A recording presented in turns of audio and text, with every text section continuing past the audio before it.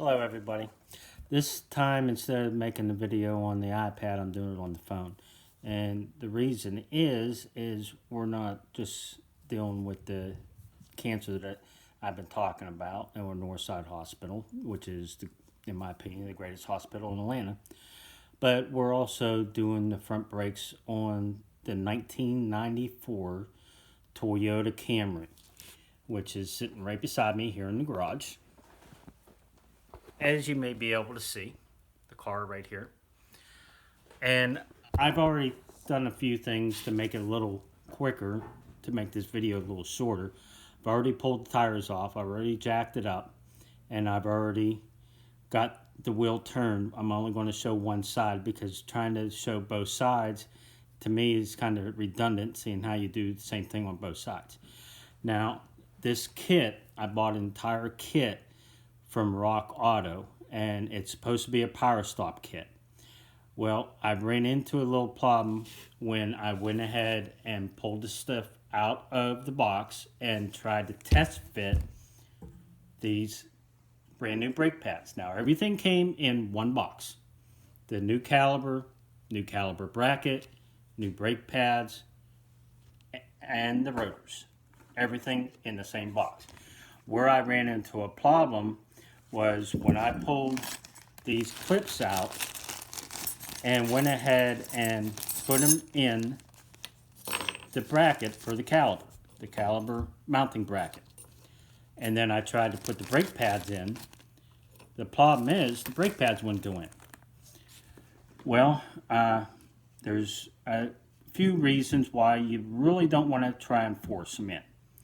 If you try and force them in and you do get them in, number one, they're not going to slide the way they're supposed to. So your brake pads are constantly going to come up against the brake rotors, and they're not going to come back off of them, releasing the pressure. And it's going to wear your brake pads down. They're going to get hot, could catch fire, a lot of problems. And another reason you don't want to try and force them in, trying to beat them in or anything like that, is you could actually damage the brake pad. For instance, like this one right here.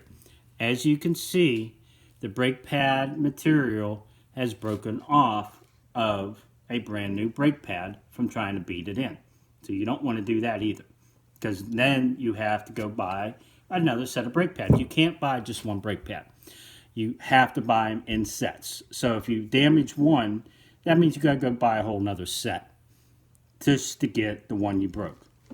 Okay, a reason that I always do a kit is because when you do a kit, you get the rotors, you get the brake pads, and you get the calibers. You don't always get the caliber brackets because the caliber brackets are not a wear item. They're just a piece of steel that mount to the spindle, and the caliber mounts to it. And there's several different ways that different manufacturers mount. But now I'm going to show you the reason that I do it this way, because it's the right way to do it, for one. And a lot of people don't believe this. Steel does wear. Okay? As you can see, this is a brand new brake rotor. I still have to clean it up with brake clean to get the oil off, because anytime that they do rotors, brake drums, etc., and they pack them up, they put oil on them. And you don't want oil all over your brand new brake drums, or brake shoes, or brake pads. So you have to clean them up, and the best way to do that is with brake clean. That's what it's designed for. Okay, now to show you exactly why I go ahead and I buy kits and I replace the rotors. And I'm going to go ahead and show you the difference between one rotor that I pulled off the other side and this brand new rotor, about the thicknesses and all that. And you're going to see how much wear is on this old rotor. I'm going to go ahead and turn the phone around so you can all see. I'm going to have to do it this way. Okay. Now, you ought to be able to see the differences, how much taller the new rotor is to the old rotor, and how much more steel or material is on the new rotor. And that's the reason this rotor needs to be cleaned up with brake clean, which I should have brought over to a workbench, but I didn't. But anyways, now you see why you always should replace the rotors when you do a brake job. The calipers are also a wear item. The calipers have 1 or 2 pistons in them. Yes, there are rubber pieces to the calipers in the piston that slide in the cylinder, but it's still a wear item. And for you to try and rebuild the caliper, yes, the rubber components are cheap if you can get them, but for you to go ahead and pull caliper apart and rebuild it, and the time it's going to take you, and there's no guarantee it's not going to leak after you get done, you're just better off just buy a whole kit with the calipers, the rotors, the brake pads, the whole thing, and be done with that. All right, now we're going to go ahead and pull this apart. I don't try and put the brake pads on with the caliper and the mounting bracket together because it's just too much work, and it's a whole lot easier if you just pull the two apart. And once you get the caliper bracket off the caliper, you put the clips in the way they're supposed to be, and a lot of times you can go ahead and just look at the old stuff and then install the new stuff the way the old stuff is in there.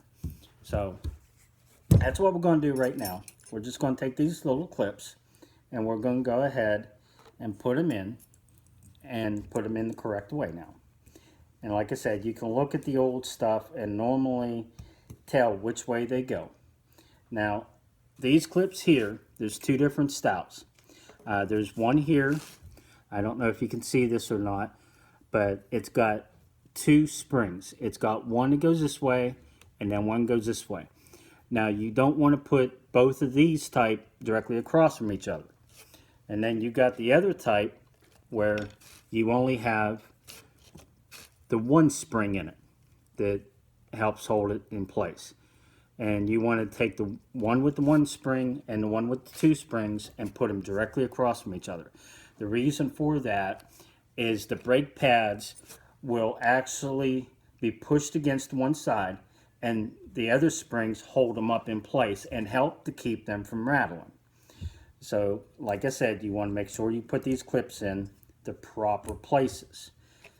And once you get these clips in the proper places, then you should be able to slide the brake pads in place. Now, like I mentioned, I did run into a little bit of a problem. And this all came in a kit that I bought from Rock Auto. And it's supposed to be a power stop kit.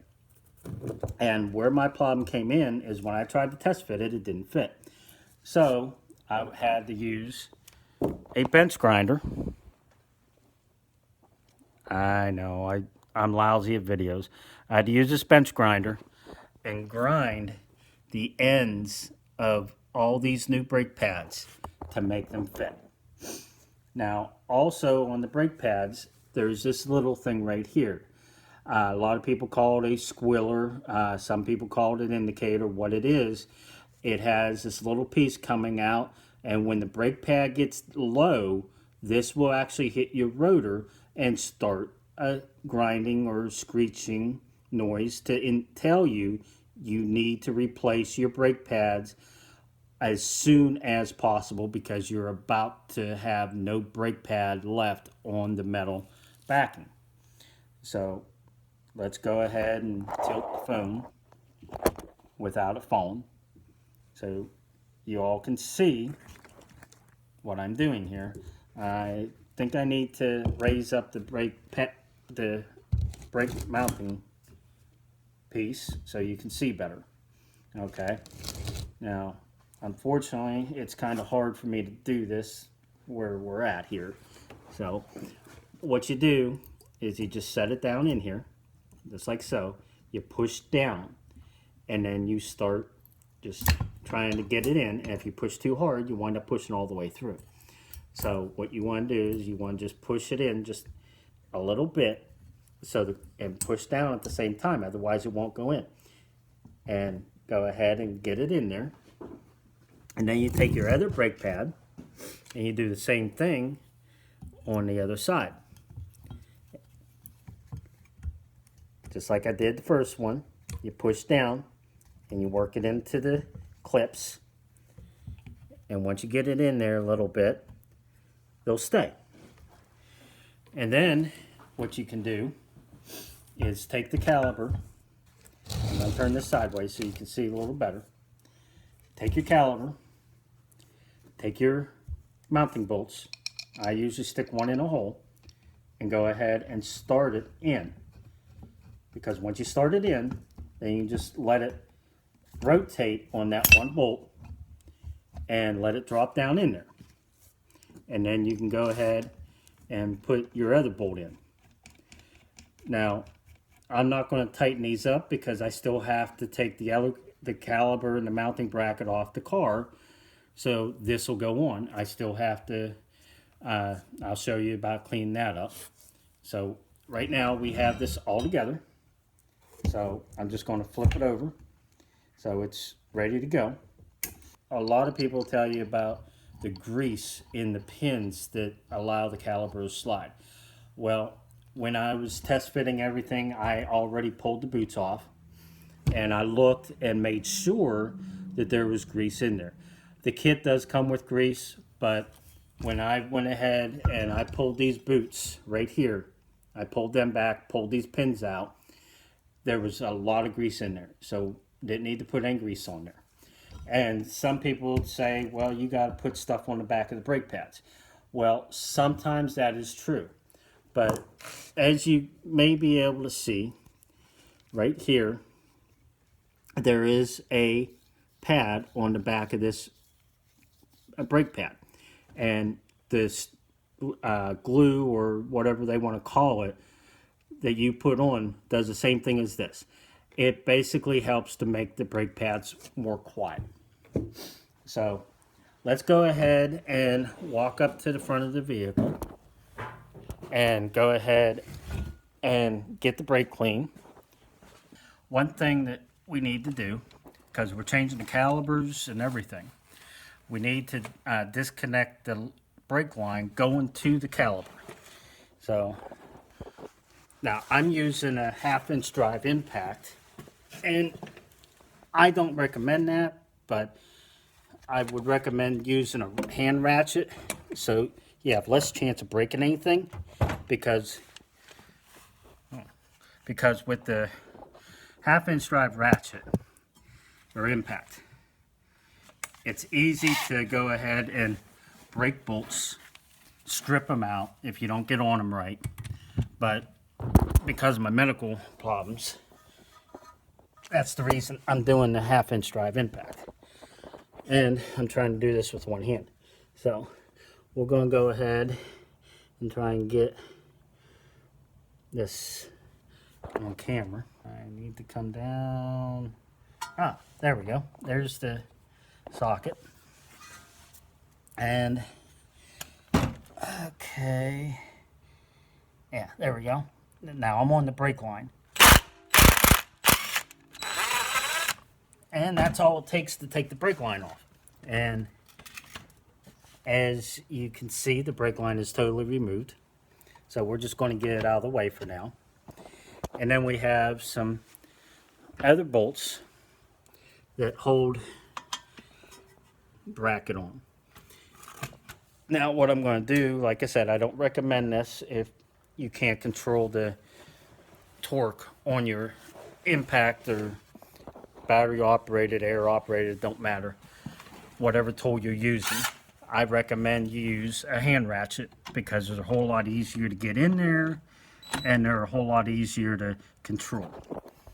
Now, and I'm already having a problem getting the impact in there.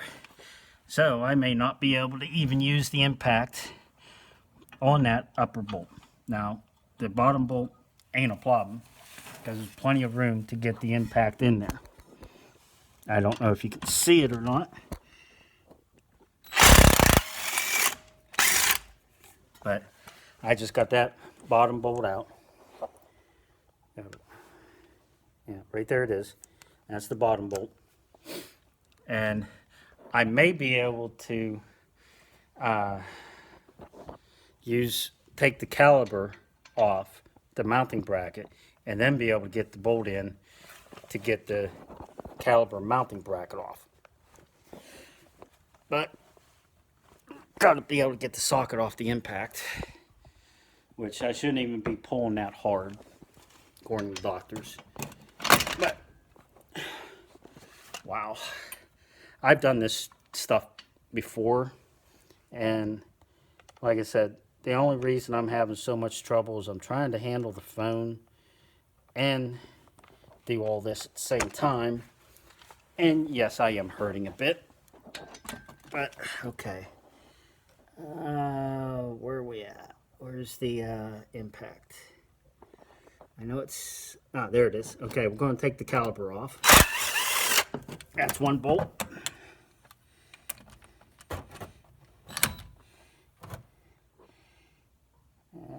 Where's the impact? Right there.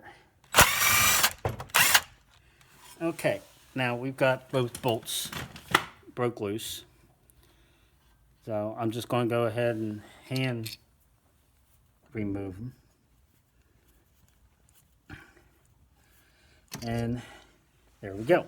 Now I'm not worried about those two bolts because the new kit comes with those bolts. Okay, so here we go. We're just going to pull this caliper off. There it is. Just like that. Set it aside because we're not going to reuse that. So now I may be able to get in there with the other socket. There I go. I got to figure out a way to edit these videos because especially doing this, it makes it a lot harder for me to try and get this stuff done. And I keep crossing over and things like that.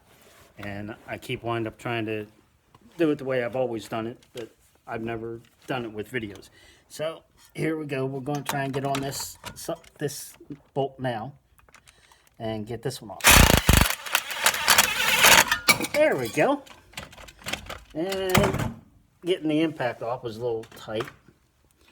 So got that bolt out. It's right here. So that whole setup is off now. And we're not reusing any of that. We're not reusing the brake pads. We're not using any of that stuff. The only thing we'll reuse is the two bolts that hold the caliper mounting bracket on. So I'm going to try and set the phone down in such a way you guys can see me having to put the other brake pad back on. With the one brake pad that's still on there, and go ahead and put it in, and we'll just put it together one piece at a time instead of all together. Sometimes I gotta feel around to find the hole, especially seeing how I'm trying not to get in the way of the camera. There's that one. Got that one started. Once I got that one started, this one should go fairly easy. There we go. Okay.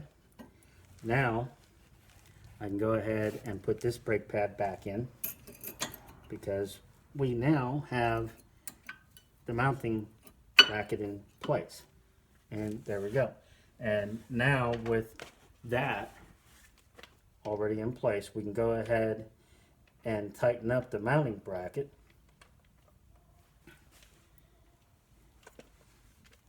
As soon as I get this socket on there. Like I said, I don't recommend you doing it this way unless you know how well your impact works and can regulate. Because you don't want to strip the heads of the bolts off. You do not want to break the bolts. I mean, that would cause you a lot more problems. Now, we can just take the caliper and put it back in place. And I do the same thing. Just get one bolt ready to go. Go ahead and start the one bolt, and then just let it swing down on. And then you can get the other bolt and put it in place. And then with the one brake pad that's still on there, and go ahead and put it in.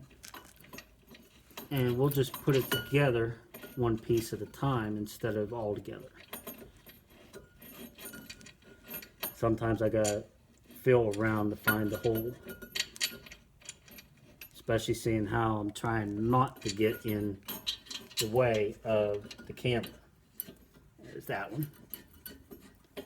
Got that one started. Once I got that one started, this one should go fairly easy. There we go. Okay.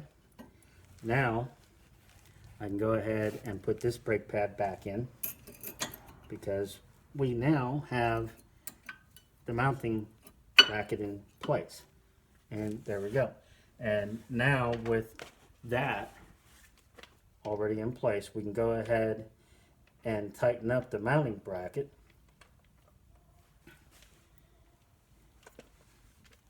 As soon as I get this socket on there. Like I said, I don't recommend you doing it this way unless you know how well your impact works and can regulate, because you don't want to strip the heads of the bolts off. You do not want to break the bolts. I mean, that would cause you a lot more problems. Now we can just take the caliper and put it back in place. And I do the same thing. Just get one bolt ready to go. Go ahead and start the one bolt, and then just let it swing down on. And then you can get the other bolt and put it in place. And then with the one brake pad that's still on there, and go ahead and put it in. And we'll just put it together one piece at a time instead of all together. Sometimes I gotta feel around to find the hole, especially seeing how I'm trying not to get in the way of the camera. There's that one. Got that one started. Once I got that one started, this one should go fairly easy. There we go. Okay. Now I can go ahead and put this brake pad back in, because we now have the mounting bracket in place. And there we go. And now with that already in place, we can go ahead and tighten up the mounting bracket.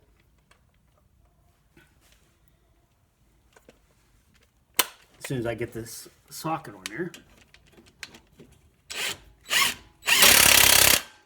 Like I said, I don't recommend you doing it this way unless you know how well your impact works and can regulate, because you don't want to strip the heads of the bolts off. You do not want to break the bolts. I mean, that would cause you a lot more problems. Now we can just take the caliper and put it back in place. And I do the same thing. Just get one bolt ready to go. Go ahead and start the one bolt, and then just let it swing down on. And then you can get the other bolt and put it in place. And then line from going ahead and turning after it's bolted down.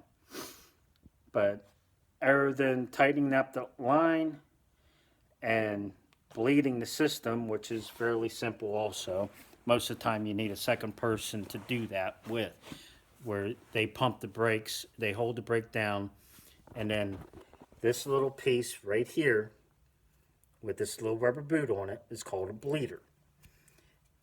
And trying to do this with soaked hands in brake fluid is a little hard to get the cap off. But I'm going to get it off one way or another.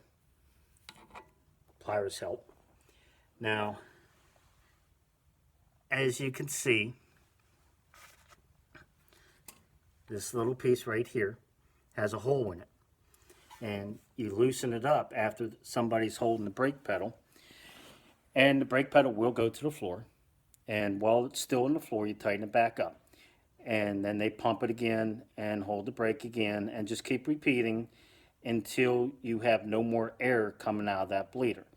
And periodically go up and look at the master cylinder, make sure the master cylinder is full. You probably will have to add brake fluid because you're actually bleeding all the air out of the system. And as you do that, the fluid is taking the place of the air. So the master cylinder is going to keep going down. You do not want to allow the master cylinder to go dry. Once you bleed the brakes, then you go ahead and put the tires back on, put it on the ground, and go ahead and pump the brakes a couple times. Make sure you got good brakes before you put it in gear. And then go ahead and test it by go ahead and let off the brake, let the car move a little bit, step on the brake, see how the brake pedal feels. I can't describe how the brake pedal should feel. It's different for every vehicle. But one thing it should not do, it should not go to the floor. So you've driven the vehicle more than likely before this video, so you know what the brakes were like before the problem persisted that caused you to do all this work. So the brakes should feel as good as they did before, if not better. Okay, now on the medical front, this past week I had to go and have what was called a port put in for the chemotherapy that is starting Tuesday. Now, a lot of different people have different reactions to chemo, plus it depends on the drugs you're given, because not all chemotherapy is the same. Some people have been known to be sicker than a dog during their whole entire treatment, whether it's months or a year or however long that happens to be. And other people, they go for their treatment, they feel drained, and they go home. The next day they feel just fine and they go back doing everything they normally do. So I don't know how this is going to affect me, but I had an appointment Friday, and I was informed then that Tuesday I will start my first treatment and that I will be there for 8 hours on the first time. And that every time that I go in, they're going to draw blood and check a bunch of medical stuff that I don't quite understand.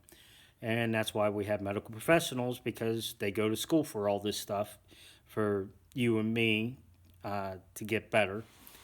And we don't understand this stuff. And we have not been in school for however many years that they go through school to learn all this stuff. But anyways, they said that they'll be checking my blood every time I go in for a treatment. The treatments are every 2 weeks. And the first treatment, they're going to do the blood work, then I'm going to have the treatment, and then some kind of pump that I'm going to have to bring home and be on for 46 hours, they said. And I guess that pump is only for the first treatment. I'm guessing that is to some kind of jump start the treatment or something. I'm not sure. Like I said, I'm not a medical professional. But Friday when I had the meeting, basically, they were telling me the side effects of what the drugs could be, but not necessarily will I have all those side effects or any of them. They don't know. And then one of the social workers, actually from the Cancer Society, actually came up and talked to me. And, I mean, this is all through Northside Hospital. I mean, it's blown me away how much they've actually been there to help. So they're actually going to either help me with transportation back and forth to the treatments or help with household expenses. It's one or the other. Unfortunately, it's not both of them. I mean, nobody has unlimited funds. And how many people do they take care of? So you can't really expect them to do everything.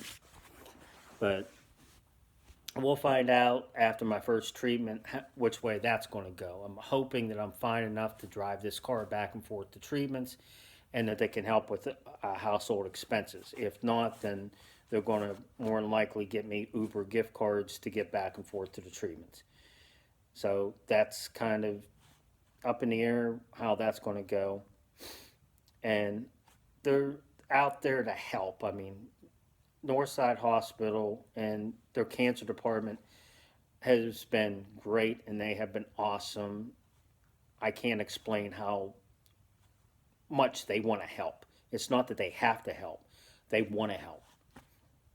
So I don't have any more information on that until after Tuesday. But please go down and hit the subscribe button. I need a lot more people subscribing because I'm trying to build this channel and I am very new at this. I'm still learning. So please help me out. All right. Well, I'm going to end this video. But go down and hit that subscribe button, and if that notification bell, from what I understand, will let you know when I put another video up. So I'm going to go ahead and try and figure out how to edit all those bad things out that hopefully you guys are not seeing. And if not, I apologize for the bad videoing that I have been doing. I'm also looking to try and get some kind of tripod or something, or a camera. I mean, there's expenses that I can't afford right now, but I'm going to try and make this better. Doing my best. I mean, I'm getting a little more comfortable on the phone, but all the people that subscribe will also help make me feel better about doing these videos, because right now I think there's a total of maybe 3 people that subscribed if I'm lucky. So if you're watching this on Facebook, you don't have to have a subscription. You just do that friend thing. If you're watching this on YouTube, then please subscribe. If you're watching on Facebook, please go over to YouTube and do the subscription. Even if you don't even watch any more videos on YouTube, just please give me the subscriptions. Thank you. I'll talk to you another time.